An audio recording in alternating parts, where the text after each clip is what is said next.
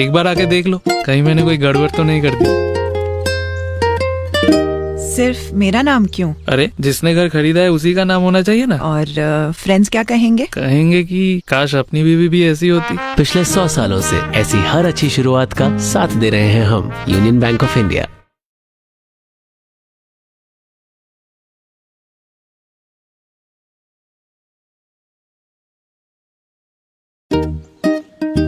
एक बार आके देख लो, कहीं मैंने कोई गड़बड़ तो नहीं कर दी।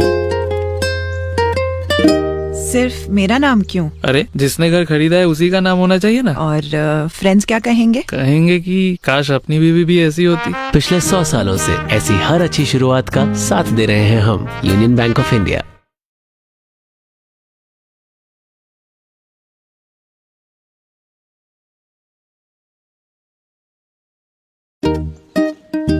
एक बार आके देख लो, कहीं मैंने कोई गड़बड़ तो नहीं कर दी। सिर्फ मेरा नाम क्यों? अरे जिसने घर खरीदा है उसी का नाम होना चाहिए ना। और फ्रेंड्स क्या कहेंगे? कहेंगे कि काश अपनी बीवी भी ऐसी होती। पिछले 100 सालों से ऐसी हर अच्छी शुरुआत का साथ दे रहे हैं हम, यूनियन बैंक ऑफ इंडिया।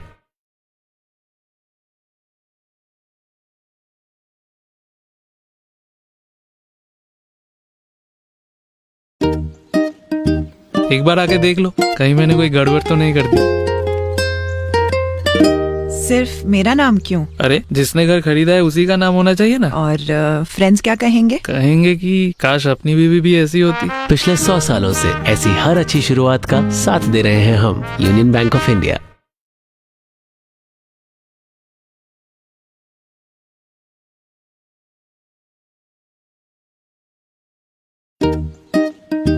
एक बार आके देख लो, कहीं मैंने कोई गड़बड़ तो नहीं कर दी। सिर्फ मेरा नाम क्यों? अरे जिसने घर खरीदा है उसी का नाम होना चाहिए ना। और फ्रेंड्स क्या कहेंगे? कहेंगे कि काश अपनी बीवी भी ऐसी होती। पिछले 100 सालों से ऐसी हर अच्छी शुरुआत का साथ दे रहे हैं हम, यूनियन बैंक ऑफ इंडिया।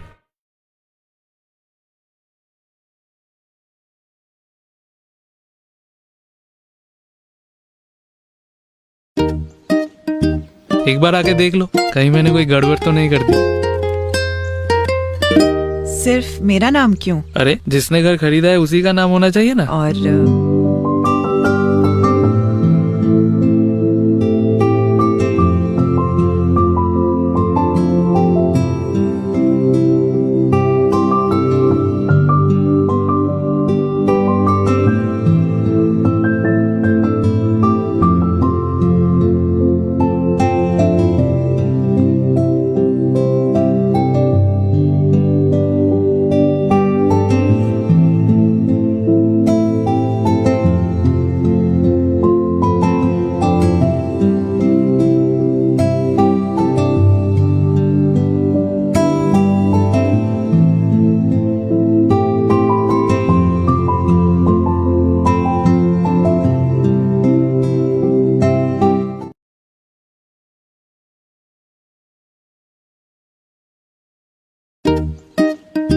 एक बार आके देख लो, कहीं मैंने कोई गड़बड़ तो नहीं कर दी।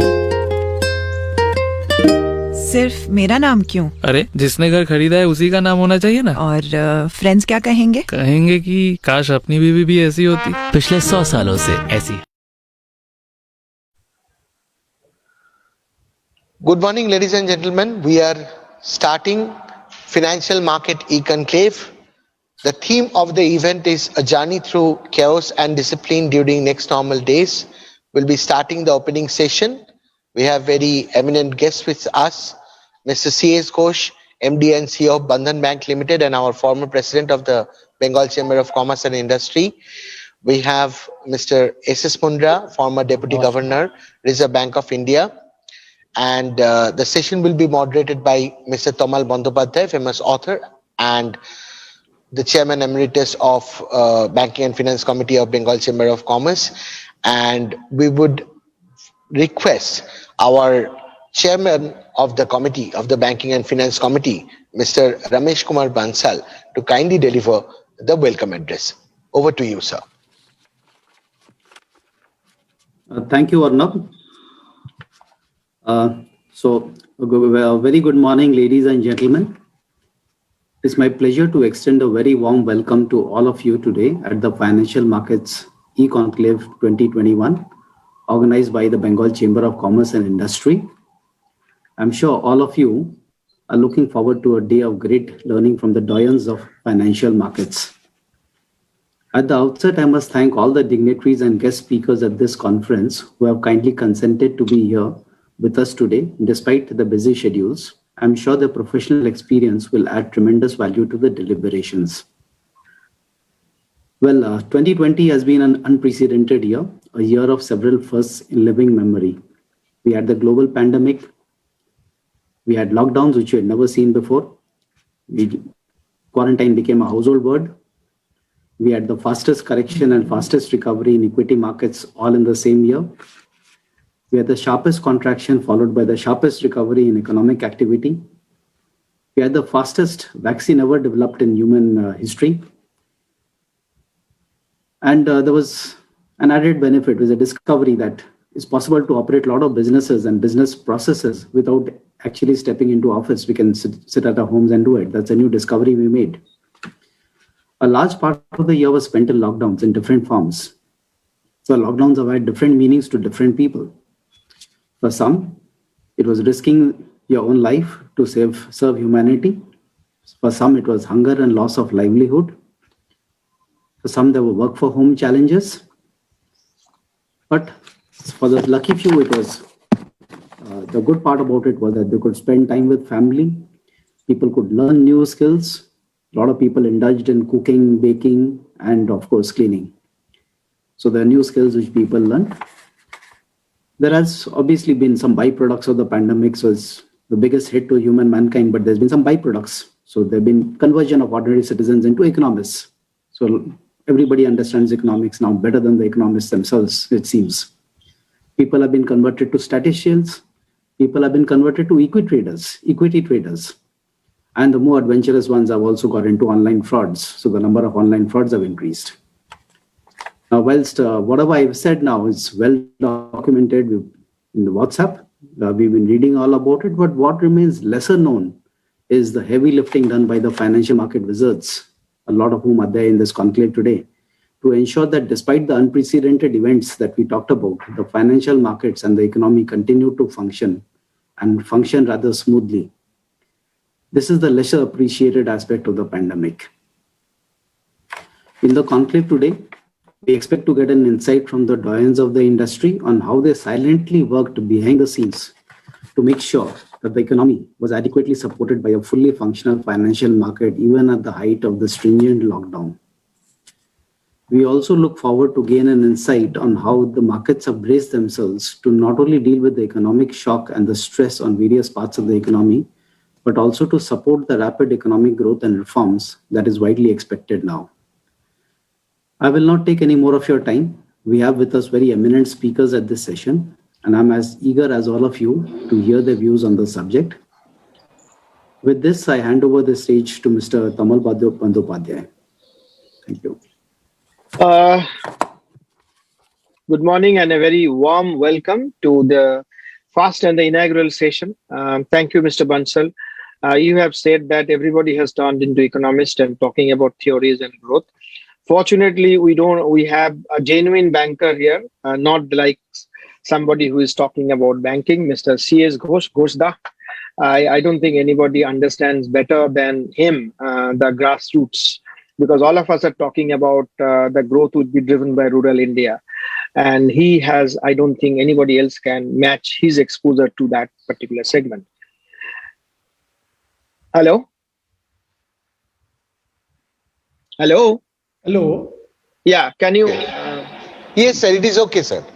Yeah, so I think we don't need to give this kind of introduction. They're all well known, and we have a central banker, ex-central banker, Mr. Mundra, commercial banker turned central banker, and he wears many hats.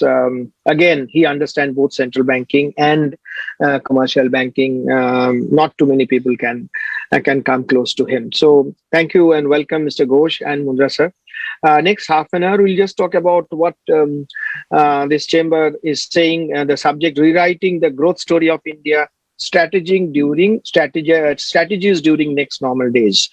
Now, I will speak the least, and you will talk. And if given a time constraint, I'm not very sure whether you can take some questions.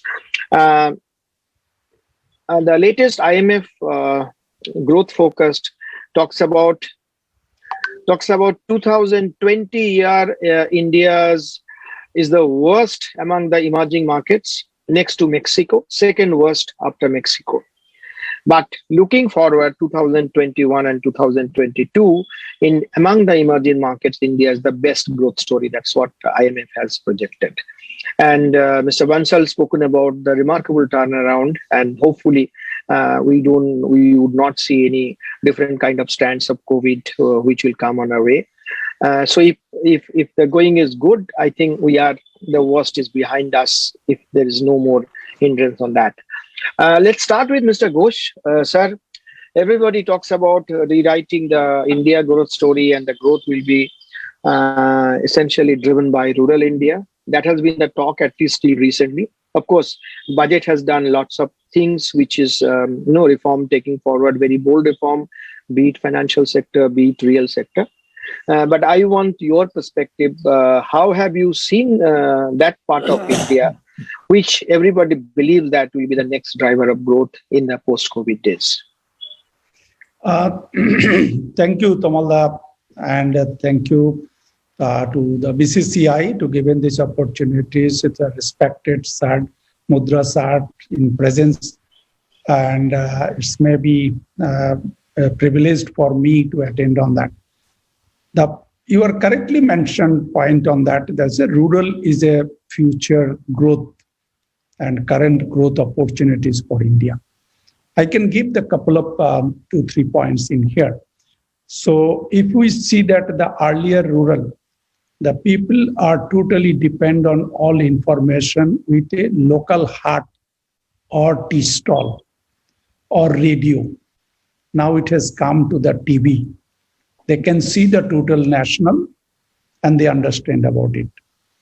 And next stage, if I recall on that if I get a one telephone connection, I have a waiting list of the BSNL, and then I can get the telephone connection.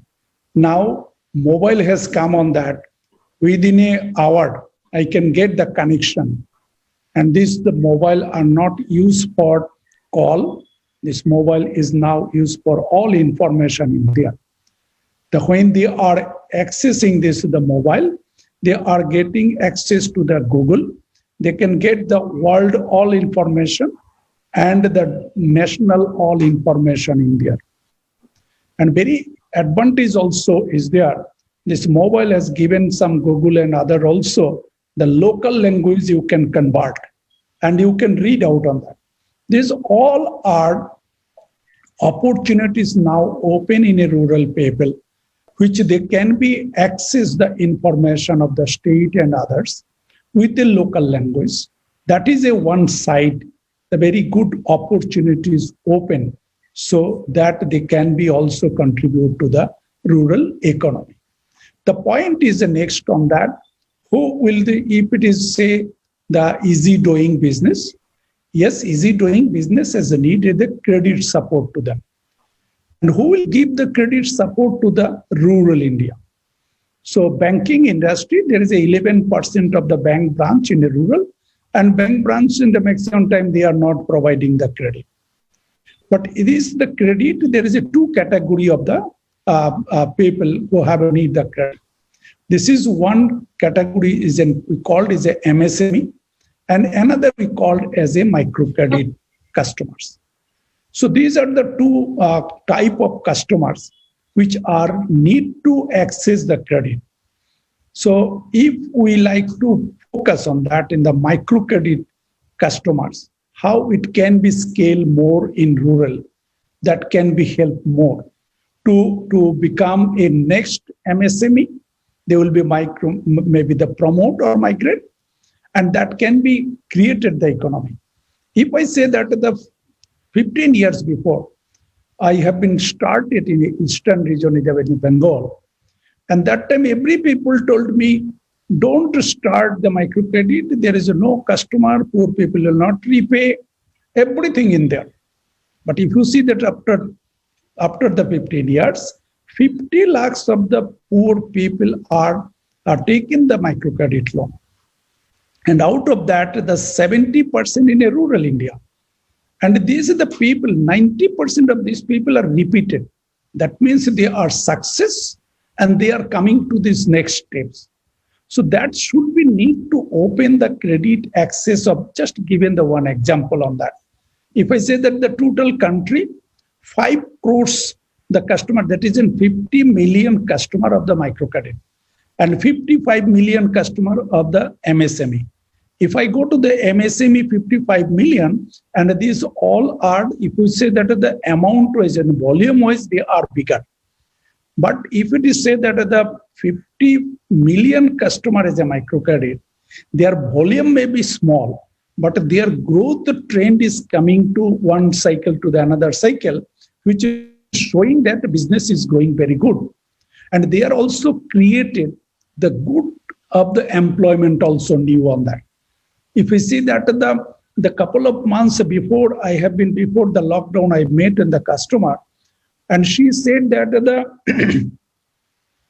she started with a microcredit small 5,000 rupees loan as a beauty parlor. And if you see, I said that what is the next?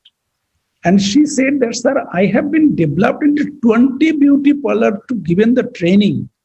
And if you go to this rural India, in the last 5 years, the improvement, and if it is a 5 kilometers you can drive, you can get that 2-3 beauty parlor. How the people consumer demand change is coming on that. Earlier, maybe my time and all of your time as not a beauty parlor is a possible access to the rural people, and not thinking about the rural people, demand will become as a beauty parlor. And they are earning huge on that. So that is a opportunities, this credit getting access, there are opportunities to create the new employment and create the new types of enterprise. We should be like to promote them and promote these industries more. So then the economy also will become to different change. And the 5 trillion economy will be not a very big problem for our country on that. So in that way, we can be like to reach more in the rural, focus the more in the rural, more in the, if we see that the total of the credit in microcredit, 50 million. No, 50% of these people, year on year basis, 30% of these people year on year basis has come new to credit. And if I say that 50 million, 100% from the beginning is a new to credit. And that is, if we like to increase as a India is a bigger number, and focusing who are more in the rural, Indian economy will be like to different in the next couple of years. Okay, thank you. Thank you, Mr. Ghosh. I think you touched upon 2 very critical aspects which you never used this term. One is the digitalization, how it is changing the financial landscape.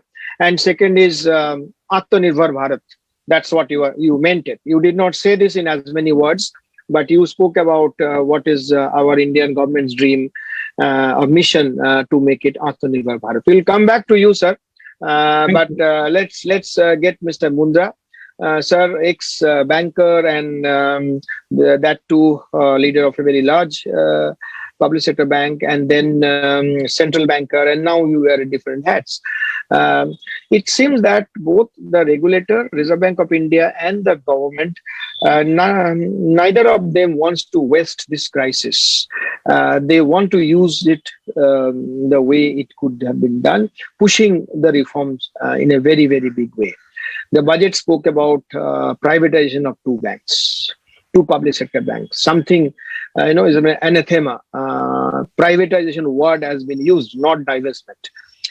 Then, of course, it speaks about other things like bad bank and development financial institutions. Reserve Bank of India paper has spoken about allowing, of course, RBI governor said it's not RBI paper, it's a working group paper, but essentially allowing corporate India into banking. So all these things are happening, sir. And these are all part of the new normal reality, post-COVID, post-pandemic. Ms. Mundra Saab, your preliminary remarks. What are the changes we could see on the financial turf? Thanks, Amalda, and thanks BCCI for inviting me to this much-awaited event every year. I had the privilege, I remember, of having joined the similar conference. Of course, that was in physical form. So yes, as you rightly mentioned, I think these have been and going to be unprecedented period in every sense of the word.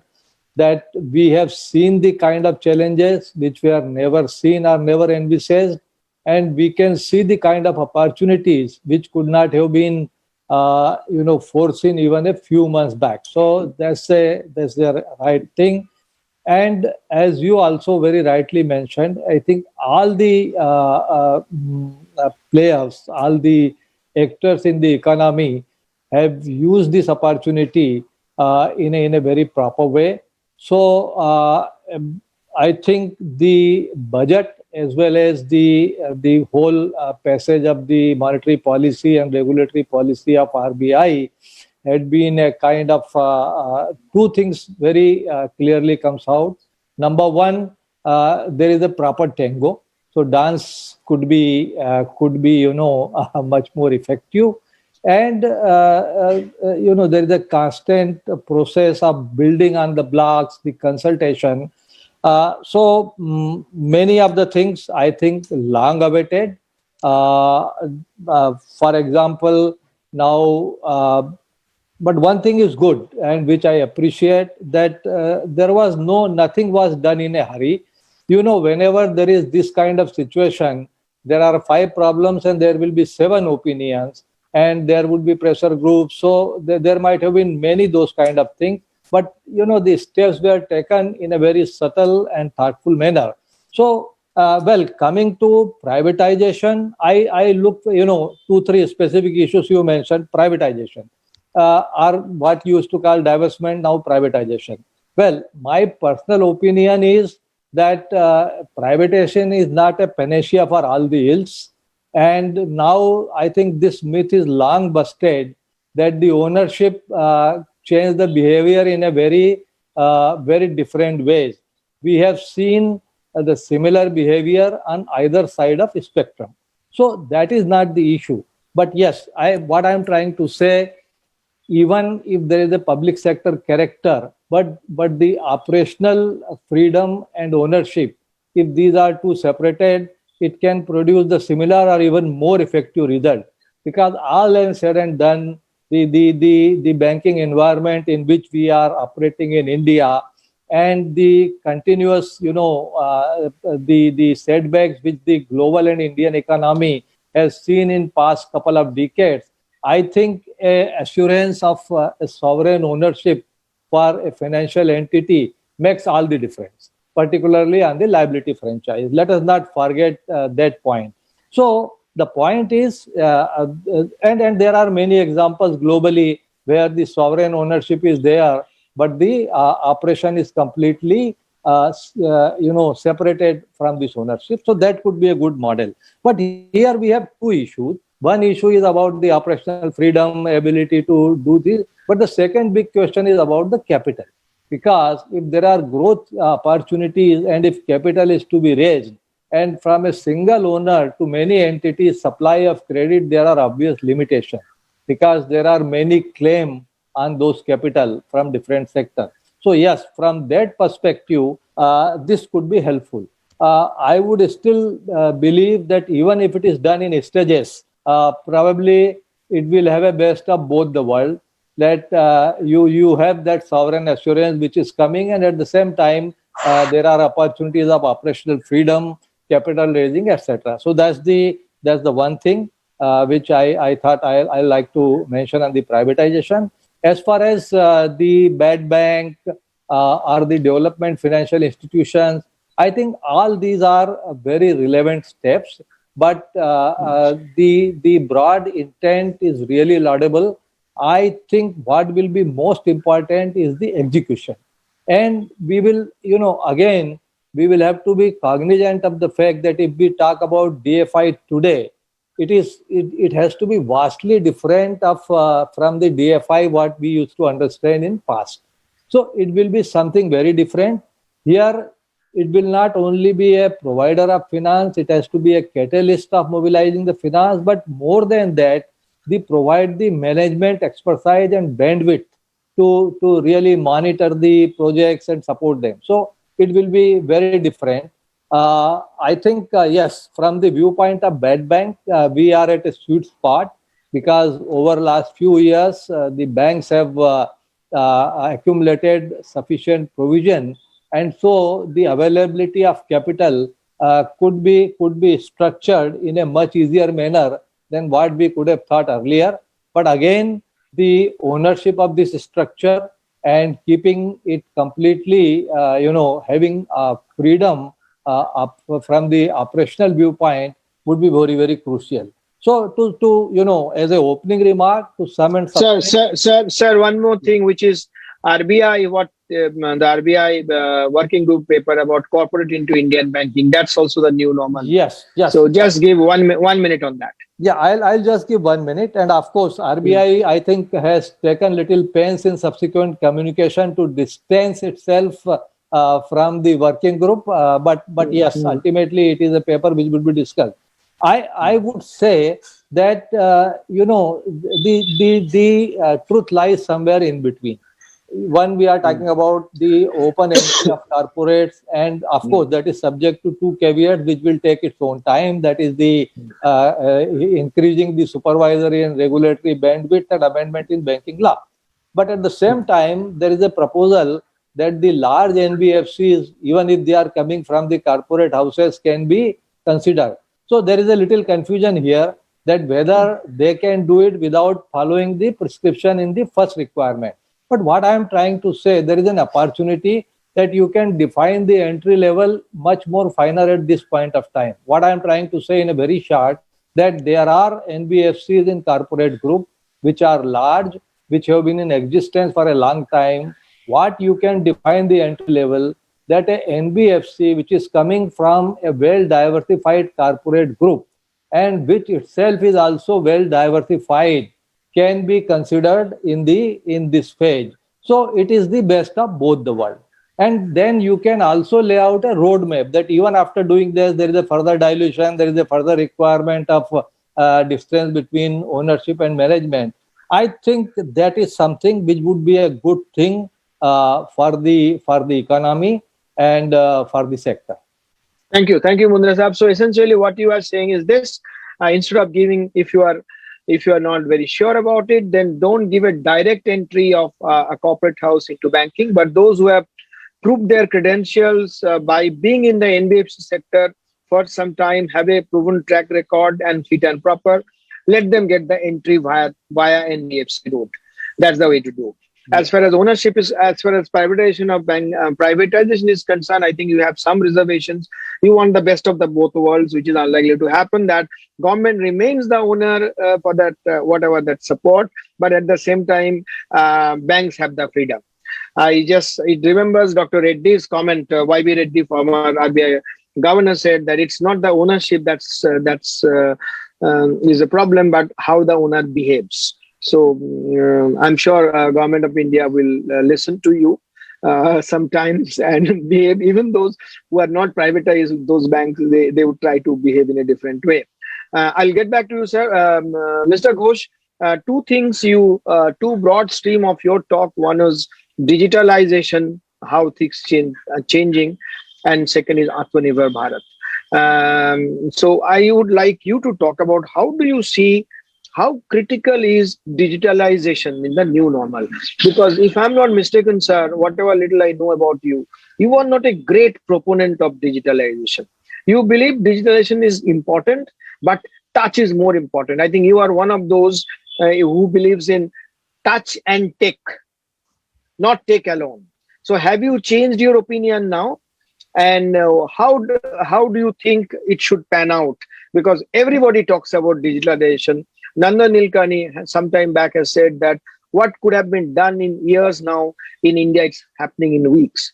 And many of the experts believe that when it comes to the payment space, India is probably the most happening geography across the globe.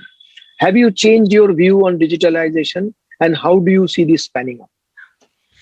Tamalda, if you see that my stance till now is in the high touch model and with the help of high tech. Bank cannot be run or financial services cannot run without the IT background. That not means that everything should be a digital. So we are in a, if I go to this, the two example of that. Why I have been talked the digital. I talked the digital, there is an help to the people, consumer demand is increasing. Not as a credit point of view. Credit point of view later on. If you see that the people are using this, the digital access to the Amazon, Flipkart, buying lots of things on that. If they are access to buy something which is not that things is available in the local market of the rural, and they have also aspiration have been developed, how they can be like to earn the money, how they can be start the business, how business can be expand. When business expand, then my credit growth will come on that.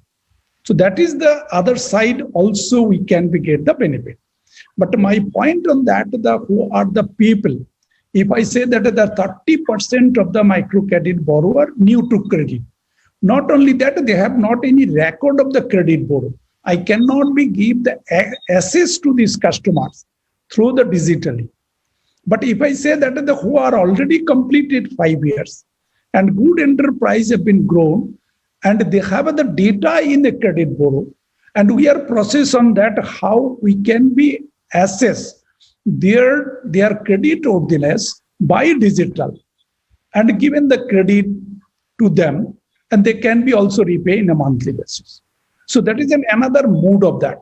The microcredit, after the 5 years, they will be promoted as a MSME, and MSME is more we are feeling that digitally assess and digitally everything, the transaction also happen to the customer. But till now is a microcredit level, there is a small ticket size of the credit. The customer, those are this business, they are buying their products from the wholesale market is a cash. Nobody getting access on that. The check cannot be allowed, and the digitally they can like to pay, they cannot allow. So they have need to carry the cash. But other side on that, when they sell in the market, if it's a grocery shop, they are selling the grocery product, and the local all people are coming with the cash, sending the children with the money by mother or take purchase 1 kg of the salt, and she carried the cash.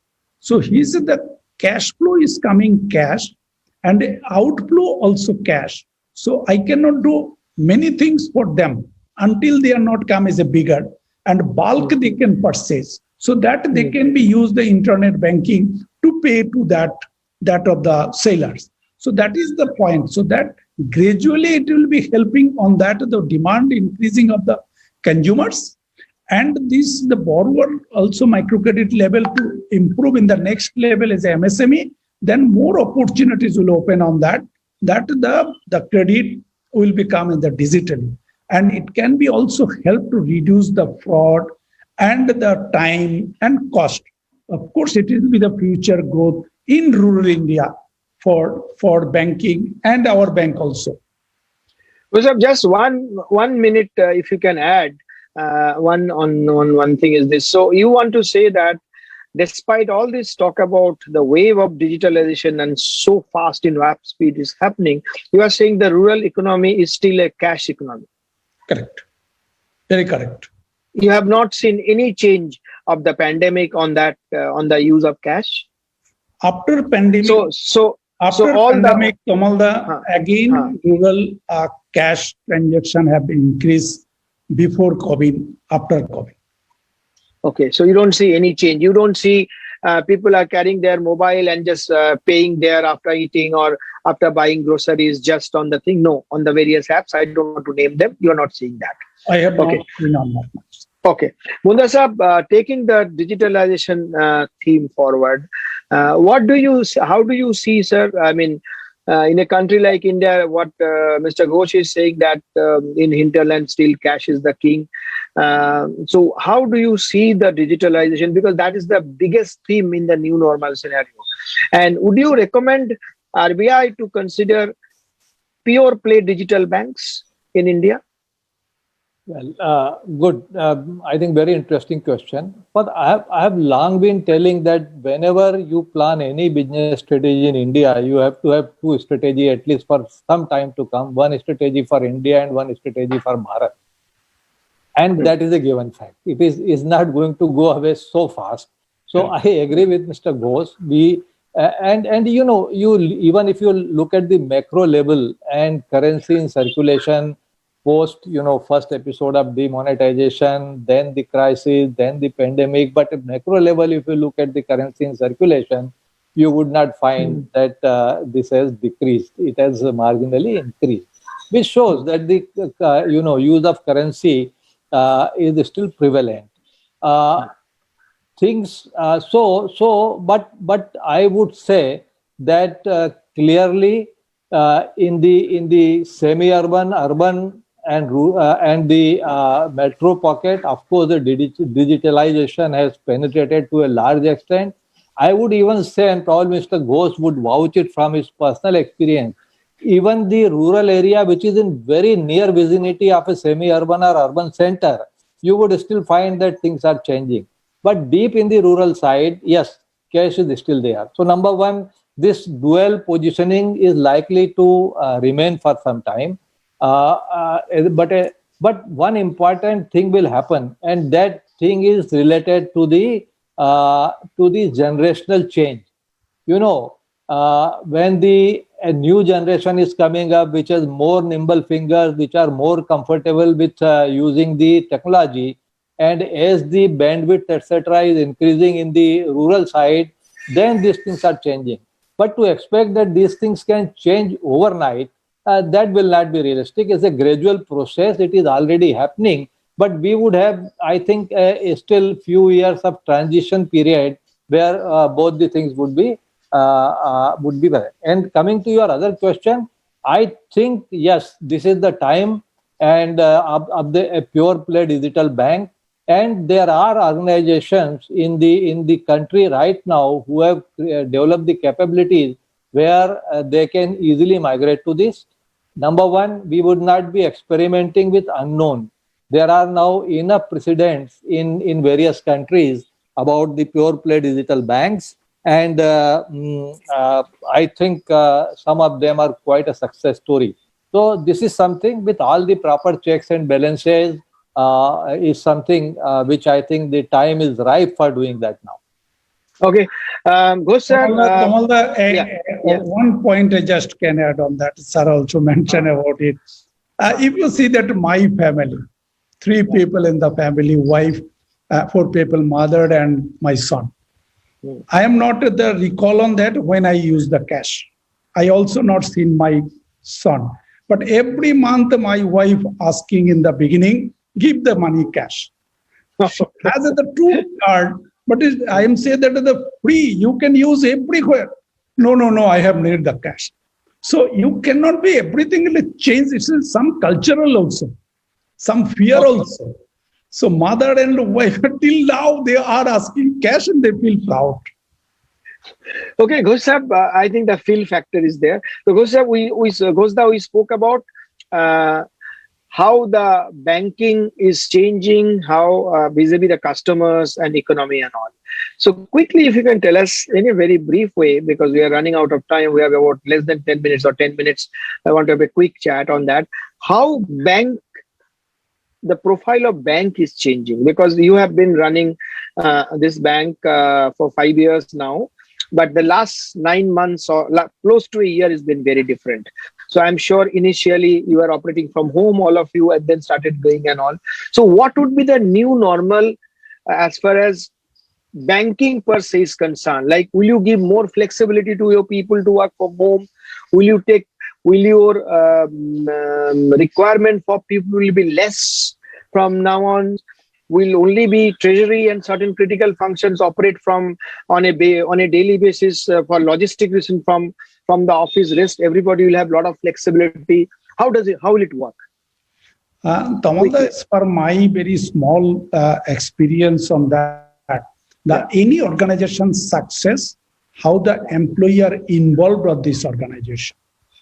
So in that sense, the work from home is not ready by the banking industry to involve the staff to do it on that. Some of the department may be possible, but a security question also more. So that we are feeling that the involvement of the staff, security point of view, so accessing to the system, it's everything need to the on-site platform of the bank. So we are returned back in the position of the bank in the office, no work from home. So that is my feelings. And because of the couple of months we are lockdown period and we worked from home, but not that much comfort has come to this all aspect on that. So now it is coming to this the normal because of we are a couple of months working again in the from home or from office, and I need that the from staff involvement point of view and the security point of view, the banking industry is a need work from office, except 1-2 cases on that. Okay, sir, you did not answer the second part, which is this: do you think in this new normal scenario, your requirement for people will be less? And also, do you see that the bank branches need to be very different in the coming days? All that it's a depend on bank to bank. Okay. If you see that I have the bank, I cannot like to grow. So I cannot increase the number of people in the bank, and I have not any in future growth plan on that. But if I static, I have not need. Another point on that time I can be feel that okay, fine, whatever my people, I can build up the capacity of them, and whatever the growth will come, I will be doing of that. So in that sense, I feel that the Bandhan Bank, we have a need in the continuously growth of the people. That cannot be, yes, some people we have need to reduce where the capacity of the people have been built up. We cannot be like to say that we can remove them. We can give the bigger role they can be do on that. But in the reduce the number of people is not the good for our bank, and we have not any plan of this. Do the branch need to be reconfigured in the new normal landscape? No, what I see that I have been given another example on that. The beginning, I have not any, because of the new bank, I have not any customer in the bank branch. So I have been all the customer asking, come to the branch. Now, good number of my customer in the branch. Now we are educating the customer what types of transaction you can do by mobile, by internet. We are teaching them, and you will not come to the branch. And now it has been started to graduate on that. New customer are coming to the branch. Old customer are graduate to the digital transaction. So in that way, my branch level footfall will become balanced on this. Okay. Mundhar sir, the same question to you. Even though you don't run a bank, but you are a chairman of a large HFC and you are attached to many other companies in the financial sector. So how do you see the structure and I'm not talking about the soul, but the logistics of the financial sector is changing in this new scenario? Yeah, of course, it's quite evident that the technology has played a very crucial role, and during the pandemic period, the work from home had become a new norm. But here I fully agree with Mr. Ghosh. Regardless of the nature of the bank, as he rightly said, nature of the bank would largely determine that to what extent and to what sophistication of technology you use, because that also depends on your client group. But I here fully agree with you. Banking is not an industry which can be completely migrated to work from home. It's an industry where you need to have your feet as well as here on the ground, have to have interaction with the people. So to my mind, it is a mix. Some of the activities have already been taken away from the, let's say, shop floor, which can continue. But as far as the large operating part is to be concerned, it cannot be completely a work from home kind of situation. If you are a universal bank and if you are serving to universe, if you are a specialized bank, like, even if you are a digital bank and only serving to a particular constituency, you can experiment that model, but not for an universal bank. That is one thing. As far as branch network is concerned, yes, there are two things are happening. Number one, at a macro level, if there is a consolidation in the industry, so at one first point, it reduces the number of branches which are needed, which is a obvious fallout of any consolidation. That is one part. But second part, even within that, the branches, as we used to know, this size which is needed, because they used to require to store a lot of physical record, a lot of people were required to come even for the basic services. Those things have changed. So I think these branches are now going to be much smaller, much efficient, and much technology driven. That is certainly going to happen. Thank you, sir. Ghosh, just 1 minute, last round. Just tell us, because the discussion is about the new normal. What are the strategies for the new normal? So tell us 1, 2, 3 some trends. What will be the new trends in this new normal landscape of Indian banking? New normal, what's happened is there the credit growth is coming on that because of the consumer demand is increasing, and that have been seen that in the ground level. My one concern I like to suggest on that, I do not know how it can be like to take it on that. Regulator and government cannot lend. Lend by lenders is the form of MFI, form of NBFC, form of bank or SFB, whatever. So we are, as of now, we are only talking about the client protection, which is a one-sided. We like to say that if we like to easy doing business and access easy credit from the banking or financial institution, we have a need in that environmental protection. Environmental protection. This means environmental, whatever the environment, the client also make protection, lenders also get the protection, and environment also create that the protection where lenders can be lent and lenders can be collect, and a customer can be come and customer also can be get the access of credit. Until the environmental protection will not come, fully protection will not come, credit growth will be like to hamper. Thank you, Mr. Ghosh. Extremely relevant point. And as you are always those who are thinking that suddenly Mr. Ghosh has become a green man, no, he is actually referring to Assam. He's actually referring to Assam. The political not only Assam. Okay. People say everywhere. AP, yes. And then UP, then Assam. Next will be where everywhere. Yes. Who will give the protection from the lender for the lender? I completely agree with you, sir. All this loan waivers, etc., which dent the credit culture. So I completely agree with you. Now, Mr. Mundra, last word is yours. But I have a sneaky feeling that you and Mr. Ghosh had an exchange of ideas before coming here, because on 2 occasions you said, I completely agree with Mr. Ghosh. So again, I don't want to hear you that I completely agree with Mr. Ghosh. So tell something else. Last word from you, sir.